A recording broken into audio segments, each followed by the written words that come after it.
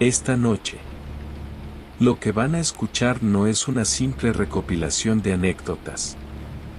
Durante años, estas grabaciones permanecieron bajo llave en los archivos de una línea de transportes que hoy ya ni existe.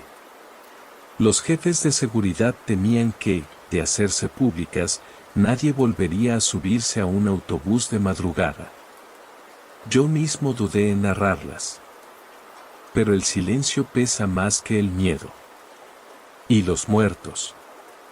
Los muertos tienen una necesidad imperiosa de ser recordados. Pónganse los auriculares.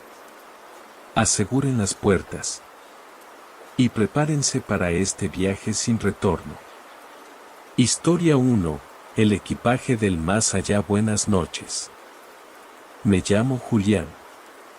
Y aunque hoy trato de llevar una vida tranquila lejos del asfalto, hay noches en las que el olor a humedad y encierro me despierta en medio de un sudor frío. Lo que les voy a contar sucedió cuando cubría la ruta del norte. Una de esas que cruzan el desierto y parecen no tener fin.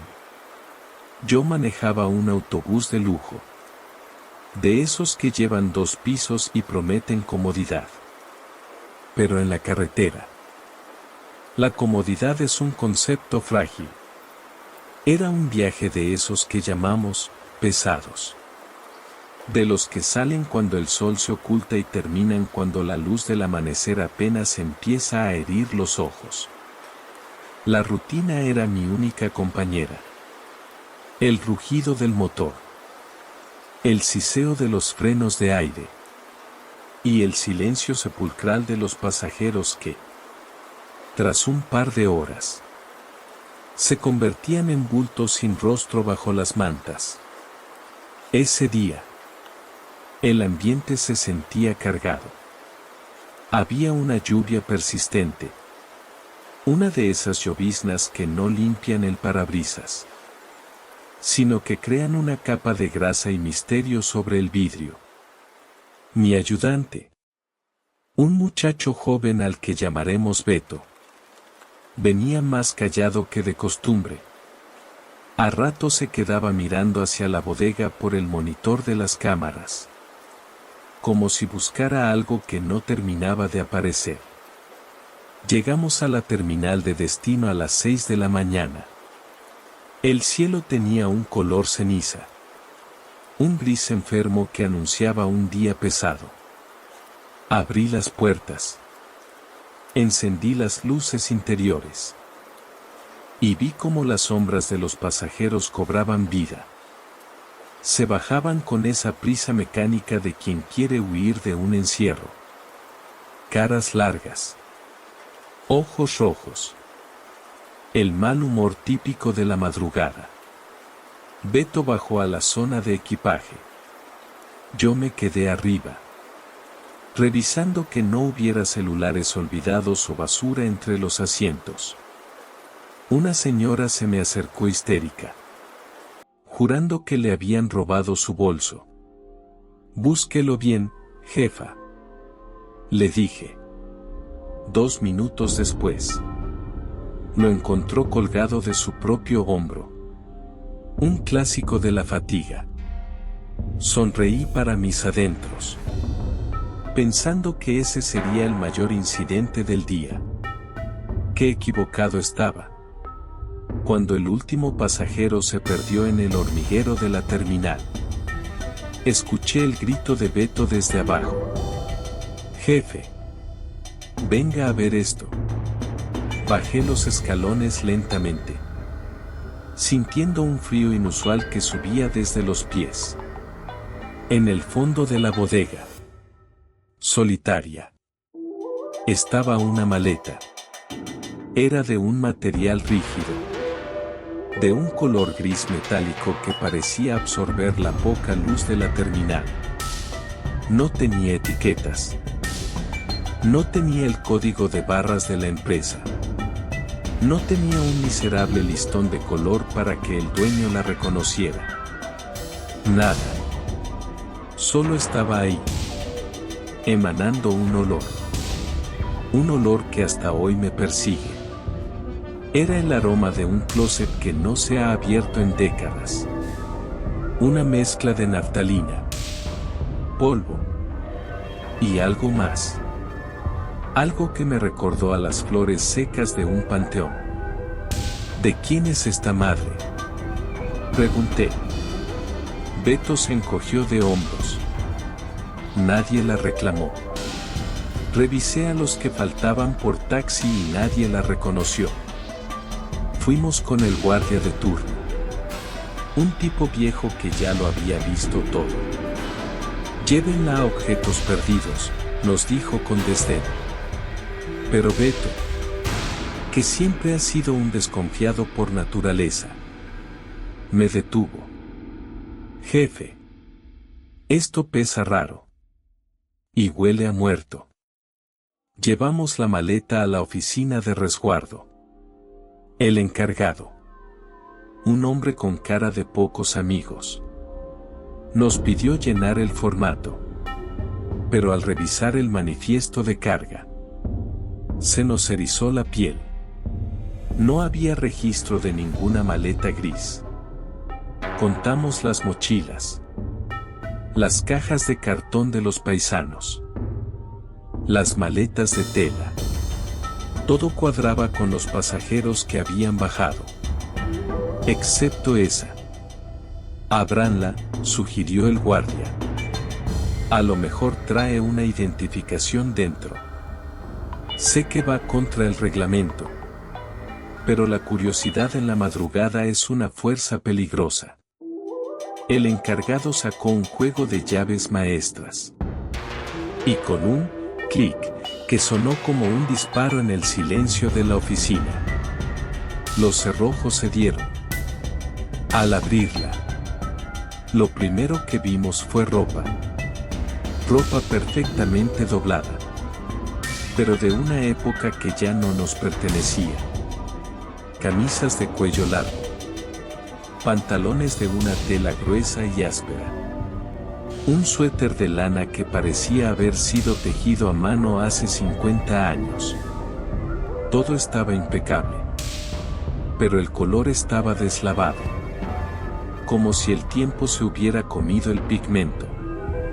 En el fondo, en un compartimento oculto, Beto encontró un papelito amarillento.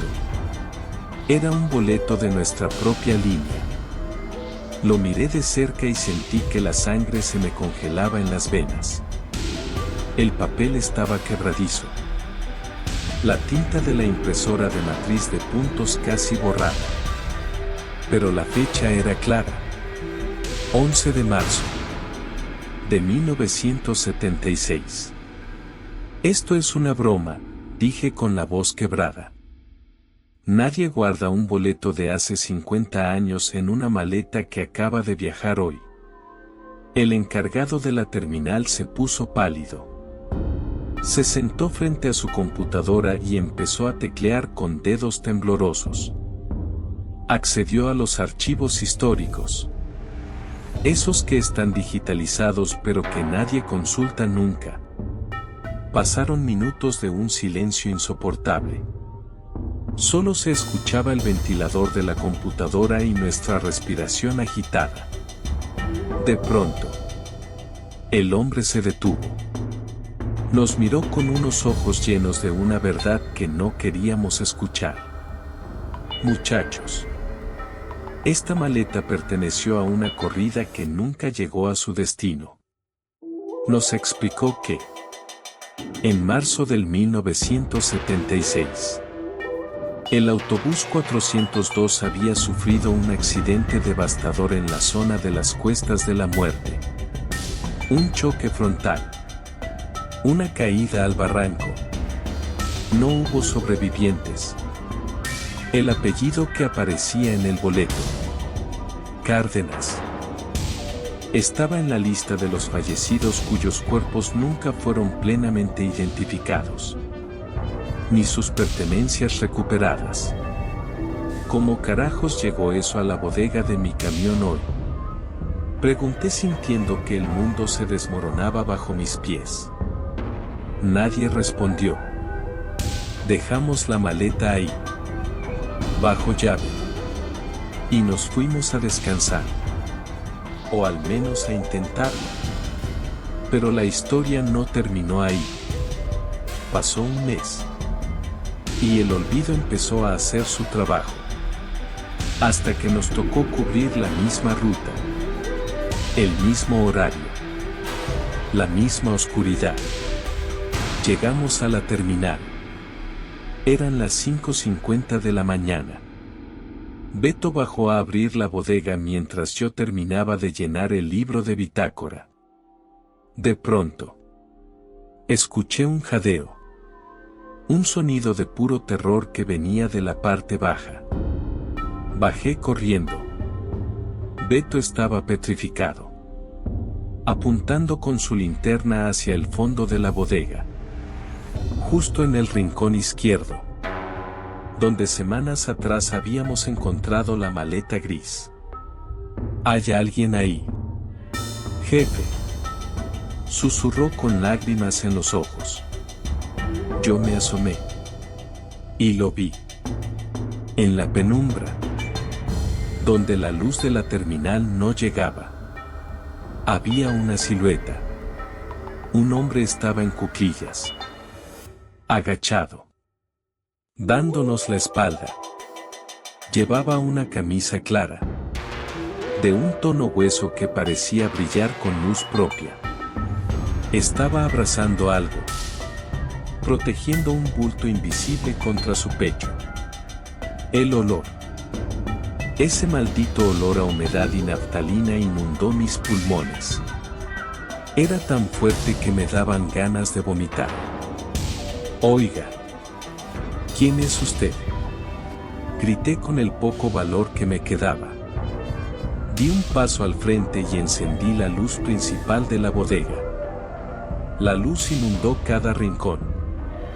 Cada centímetro de metal quedó al descubierto. No había nadie. No había cajas. No había recovecos donde esconderse. La bodega estaba vacía. Pero el olor seguía ahí, flotando en el aire como una sentencia. Beto me juró que, antes de que yo bajara, vio cómo la figura giraba la cabeza. No tenía rostro. Solo una superficie plana de piel pálida. Y unos ojos que eran dos agujeros negros que parecían gritar desde el fondo del barranco. Desde ese día, nunca más he vuelto a abrir una bodega sin antes persignarme. Porque ahora sé que, a veces, el equipaje que llevamos no es de este mundo. Y que los pasajeros que se quedaron en el camino todavía están esperando llegar a casa. El silencio en la cabina de un autobús de madrugada es distinto a cualquier otro silencio que conozcan. No es la ausencia de ruido. Es una presencia que te aprieta el pecho. Una estática que te avisa que no estás solo en la carretera. Después de lo que vivimos con aquella maleta gris, Beto y yo pensamos que ya habíamos pagado nuestra cuota de espanto. Pero el destino, o lo que sea que gobierna las rutas del norte, nos tenía preparada una prueba más. Una que me hizo entender que hay almas que se quedan atrapadas en el asfalto. No para asustarnos, sino para protegernos de cosas mucho peores. Historia 2. El vigilante de la bruma sucedió un par de años después. En un tramo que todos los choferes evitamos mencionar en voz alta si no es con un café de por medio y la luz del sol pegándonos en la cara. La ruta de Tierras Peligrosas. Un desvío de la carretera federal que atraviesa zonas donde la ley no llega. Y donde la oscuridad tiene dientes. Era una noche de esas en las que el aire se siente denso. Como si estuvieras manejando a través de gelatina. Salimos al anochecer de una ciudad pequeña. Rumbo a la frontera. El camión iba a media capacidad. Y como siempre noto en estas rutas, los pasajeros eran gente humilde. Madres con niños pequeños que dormían abrazados a sus bultos. Ancianos que regresaban de ver a la familia. Y un par de muchachos que apenas rozaban la mayoría de edad. Miré por el retrovisor y sentí esa carga que solo nosotros entendemos.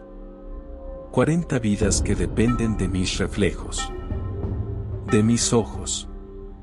Y de que este pedazo de hierro y diésel no decida rendirse en medio de la nada.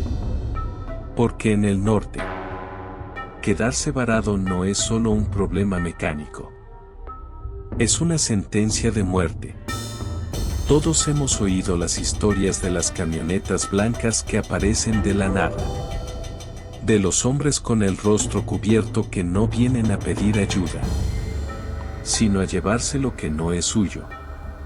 Íbamos cruzando un tramo de curvas cerradas cuando, de pronto, un estallido seco sacudió toda la unidad. El volante me dio un chicotazo que casi me disloca las muñecas. ¡Maldita sea! Grité mientras luchaba por mantener el autobús sobre el camino. El chirrido del metal contra el pavimento lanzó chispas que iluminaron la noche por un segundo. Logré orillarme en un pequeño acotamiento, justo donde la maleza parecía querer tragarse la carretera. El silencio que siguió fue absoluto. Solo roto por el tic-tic-tic del motor enfriándose y el llanto de un niño en la parte de atrás. Me bajé con la linterna en la mano. El corazón me retumbaba en las sienes como si quisiera salirse de mi cráneo. Al llegar a la parte trasera derecha, vi el desastre. La llanta no solo se había reventado, se había desintegrado. Y al hacerlo, los pedazos de caucho arrancaron las mangueras del sistema de aire. El camión estaba muerto, bloqueado, condenado a no moverse. Llamé por radio a la base central. Aquí la unidad 1104. Estamos varados en el kilómetro 182. Falla total de aire. Repito. Falla total. La respuesta fue un balde de agua fría. Recibido. Pero la grúa viene desde el sector sur. Tardará al menos 4 o 5 horas. Manténganse dentro. Cierren todo. No dejen que nadie baje. Colgué el auricular y me quedé mirando la carretera. No había una sola luz. Ni un carro. Ni una estrella. Solo una niebla blanca que empezaba a brotar de la tierra como si el suelo estuviera respirando. Una niebla que se sentía fría. Antinatural. Entré al autobús y apagué las luces interiores para no ser un faro en medio de la oscuridad. Les expliqué a los pasajeros la situación con la voz más tranquila que pude fingir. Algunos rezaban. Otros se acomodaron para dormir. Pero yo no podía cerrar los ojos. Me senté en el asiento del conductor, mirando el parabrisas envuelto en bruma. Pasó 1 hora. Tal vez 2. El tiempo en la carretera se estira de formas caprichosas. De pronto, escuché 3 golpes suaves en el cristal de la puerta de servicio. Toc, toc, toc. Salté de mi asiento como si me hubieran dado una descarga eléctrica. Miré por el espejo lateral. Nada. Solo blanco. Volvió a sonar. Un poco más firme. Me armé de valor. Tomé una llave de cruz por si las dudas. Y accioné la palanca manual de la puerta. Ahí, parado en el primer escalón, estaba un hombre. Me quedé petrificado. No era un asaltante. No era un malviviente. Era un señor de edad avanzada, vestido con un traje de gala de un blanco tan puro que parecía brillar a pesar de la neblina. Llevaba un sombrero de ala media, perfectamente acomodado, y unos zapatos que brillaban como si acabaran de ser pulidos. Buenas noches, chofer. Vi que se quedó parado. Todo está bien por aquí. Su voz era como un bálsamo. Suave. Pausada. Con un acento del norte antiguo. De ese que ya casi no se escucha. Se nos fue el aire. Don. La grúa viene en camino, alcancé a decir mientras soltaba la llave de cruz. El hombre asintió despacio. Este no es lugar para estar solo. Joven. Hay muchas sombras rondando hoy. Si me permite, me quedo un rato aquí con usted, platicando un poco, para que no sienta el peso de la espera. Me puede decir don Lalo. En cualquier otra circunstancia, le habría dicho que se fuera, que era peligroso, pero algo en su presencia me transmitía una paz absoluta. Una seguridad que yo no podía darme a mí mismo. Subió y se sentó en el asiento del copiloto. Ese que siempre tenemos libre para los relevos. Empezamos a platicar. Me habló de las rutas viejas. De cuando los caminos eran de tierra y se manejaba con el puro instinto. Conocía cada curva. Cada parador. Cada fonda que había cerrado hace décadas. Me hablaba con una familiaridad asombrosa. Como si él mismo hubiera trazado esas carreteras con sus propias manos. Mientras hablábamos, me di cuenta de algo que me erizó los vellos de la nuca. La niebla afuera se había vuelto tan espesa que no se veía ni el cofre del camión. Era como si estuviéramos flotando en una nada blanca. Pero lo más extraño era el silencio. No se escuchaba ni un grillo, ni el viento. Solo la voz de don Lalo. ¿Sabe, muchacho?, me dijo mientras miraba hacia la oscuridad. A veces, la carretera se cansa de llevarse a la gente. Y decide que hoy no le toca a nadie. No entendía a qué se refería. Pero en ese momento, vi dos luces rojas pasar lentamente por el otro lado de la carretera. Eran luces de una camioneta que iba a paso de rueda.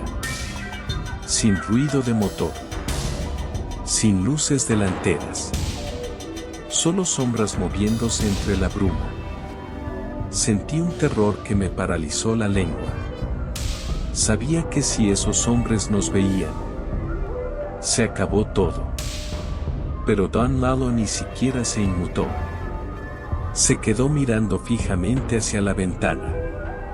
Y juraría que, por un segundo, su cuerpo emitió un resplandor más fuerte. Como si fuera un faro. La camioneta siguió de largo. Como si el enorme autobús de 2 pisos fuera invisible para ellos. Ya no se preocupe. Ya pasaron, susurró don Lalo con una sonrisa triste.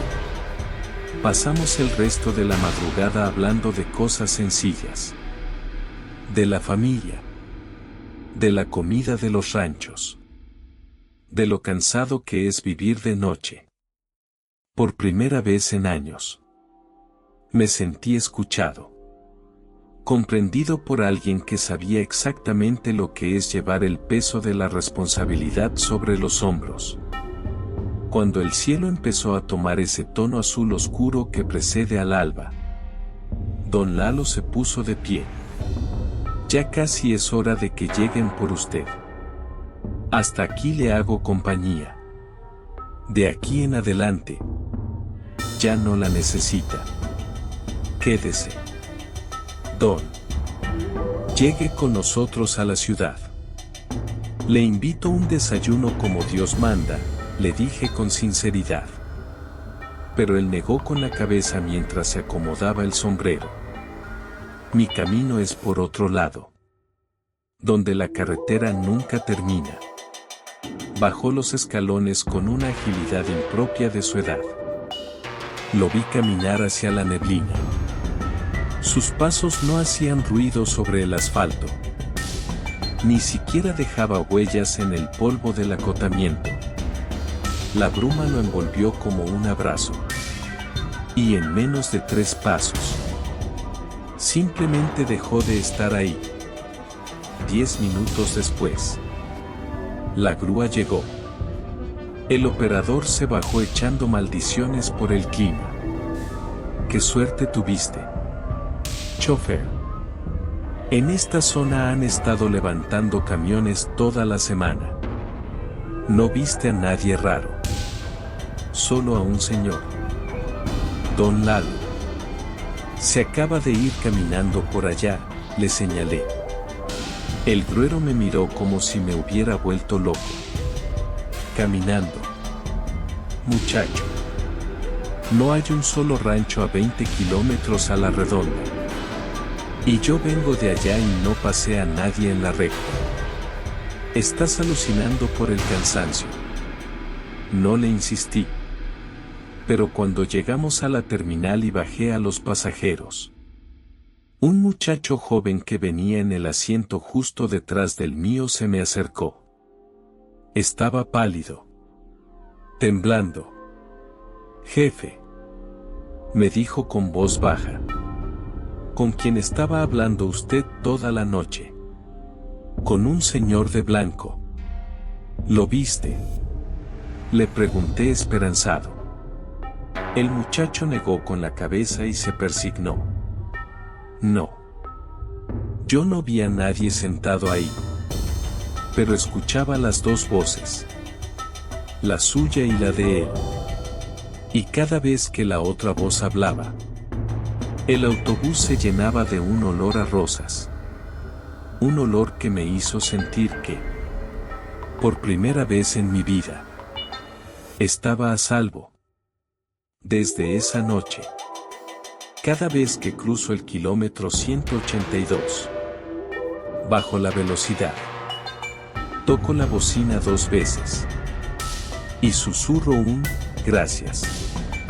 Porque sé que en las noches más oscuras, cuando el peligro acecha entre la niebla, Don Lalo sigue ahí, cuidando a los suyos, asegurándose de que todos lleguemos a nuestro destino, aunque el suyo sea quedarse para siempre en la bruma. Hay quienes dicen que el asfalto es tierra muerta, que el pavimento no tiene memoria. Pero los que llevamos media vida devorando kilómetros sabemos que la carretera es un organismo vivo, que respira, que observa, y que a veces se niega a dejar ir a sus mejores hijos.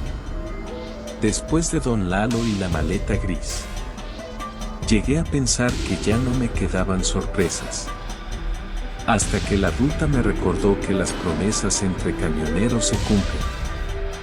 Incluso después de la última parada. Historia 3. El código de las sombras. Me llamo Carlos. Y lo que les voy a contar no es una historia de fantasmas común. Es una historia de hermandad. De esas que se forjan entre el humo del diésel y el café rancio de las paradas de madrugada. Por allá del 2007. Yo tenía un compañero de ruta. Mi hermano de sangre negra. Felipe. Felipe era un viejo lobo de mar, un tipo que te saludaba con una sonrisa que le iluminaba la cara a pesar de llevar 20 horas sin dormir. Él me enseñó todo lo que sé. Me enseñó a escuchar el motor como si fuera un corazón. A oler la lluvia antes de que cayera. Y sobre todo, me enseñó el código de luces. Escucha bien, Carlitos. Me decía mientras revisábamos las presiones de las llantas en la terminal de Bogotá. En la noche, las luces son tu voz. 2 destellos cortos. 1 largo. Y luego ese toque de bocina. Esa es nuestra firma.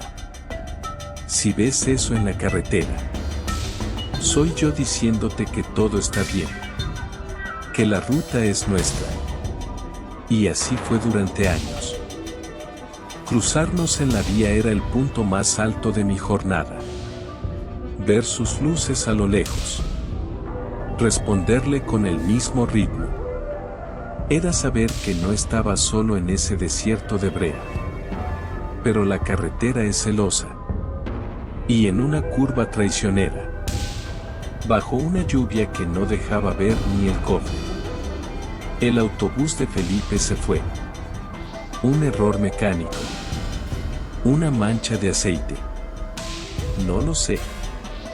Solo sé que mi maestro se quedó en un barranco.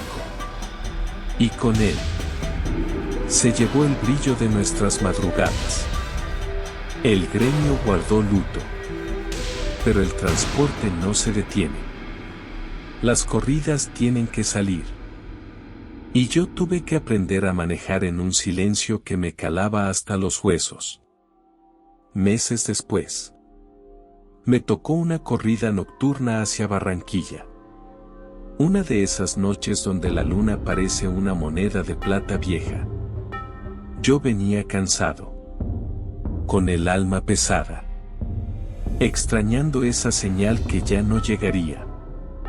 Estaba por entrar a un tramo de rectas infinitas, donde el sueño empieza a jugar con tu mente. Cuando a lo lejos, vi un resplandor. Eran luces de un autobús que venía en sentido contrario. Unas luces potentes, blancas, que cortaban la neblina como cuchillos. Sentí un vuelco en el pecho. Una corazonada que me hizo enderezarme en el asiento. El vehículo se acercaba a toda velocidad. Y de pronto, lo hizo. 2 destellos cortos. 1 largo. Me quedé sin aire. Mis manos empezaron a temblar sobre el volante. No puede ser. Susurré. Pero antes de que pudiera procesarlo, llegó el sonido. El claxon de ese autobús no era normal. Era una melodía rítmica. La firma exacta de Felipe. Por puro instinto, le respondí. Hice el juego de luces y toqué la bocina con el mismo patrón. Al cruzarnos, la ráfaga de viento sacudió mi unidad. Miré por el espejo retrovisor, esperando ver el número económico, las placas, algo. Pero no vi nada. Las luces rojas traseras de ese autobús simplemente se desvanecieron en la recta, como si se las hubiera tragado la tierra. Llegué a la siguiente parada con el rostro desencajado. Me bajé a lavarme la cara con agua helada, intentando convencerme de que había sido un sueño, que el cansancio me estaba pasando factura. Pero ahí, en la barra de la cafetería, estaba un colega veterano. Él, Gordo, Méndez. ¿Viste eso, Carlos? Me preguntó sin quitarle la vista a su café. ¿Viste quién te saludó allá atrás? Se me detuvo el corazón. Tú también lo viste, Méndez. Él asintió despacio. No fui el único. Hace 1 hora, un camión de carga reportó lo mismo. Dice que un autobús fantasma le avisó de un derrumbe 3 kilómetros adelante. Si no fuera por ese saludo de luces, El trailero se hubiera ido al vacío. En ese momento lo entendí. Felipe no se había ido. Se había quedado en la ruta, patrullando las sombras, cuidándonos a los que todavía seguimos aquí. Porque hay costumbres que no mueren con el cuerpo. Y hay códigos que son más fuertes que la propia muerte. Ahora, cada vez que siento que el sueño me vence, o que la carretera se pone difícil, miro hacia el horizonte. Espero esos dos destellos cortos y uno largo. Porque sé que en algún lugar de esta inmensa red de asfalto, mi amigo sigue manejando, dándonos paso, asegurándose de que todos, absolutamente todos, lleguemos a nuestra última terminal. Buenas noches. Y que tengan un viaje tranquilo. Si es que la carretera se los permite.